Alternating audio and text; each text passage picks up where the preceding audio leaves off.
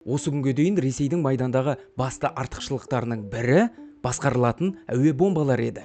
Ал қазір Украина оған жауап бергелі отыр. Елде выравнитель деп аталатын, яғни теңестіруші деп аталатын авиабомбалар жаппай өндіріспен шыққалы жатыр. Бұл ақпараттың маңызын түсінуіміз үшін соғыстың басынан бастағанымыз жөн. Ресей бірнеше жылдан бері кәдімгі ФАБ бомбаларына арнайы модульдерді орнатып, оларды басқарылатын планерлік бомбаларға айналдырып келген. 2026 жылдың шілдесінде Ресей Украинаға 8300-ден астам басқарылатын бомба қолданған. Ал мұның майдандағы әсері өте үлкен, себебі ресейлік ұшақтар осы күнге дейін Украина аумағындағы нысаналарға жақындамай-ақ жүздеген килограммдық бомбаларды тастайтын, ал бомбалар жоспарлап ұшып нысанаға дәл тиетін. Ресей мұндай бомбаларды жаппай қолдану арқылы Украин қорғанысына тұрақты қысым жасап келді. Енді Украина дәл осы артықшылықты теңестіруге тырысып жатыр. Бұл 250 келілік жаңа басқарылатын авиабомба. Оның атауы выравнитель, сериялық өндіріс басталды. Украина тарапының мәлімдеуінше, оның қашықтығы 10-нан 130 шақырымға дейін жетеді. Ең қызығы, бұл мүлдем жаңа бомбаның концепциясы емес. Арнайы модуль кәдімгі авиабомбаны басқарылатын жоғары дәлдіктегі қаруға айналдырады. Яғни Украина Ресейдің бірнеше жылдан бері қолданып келе жатқан тәсіліне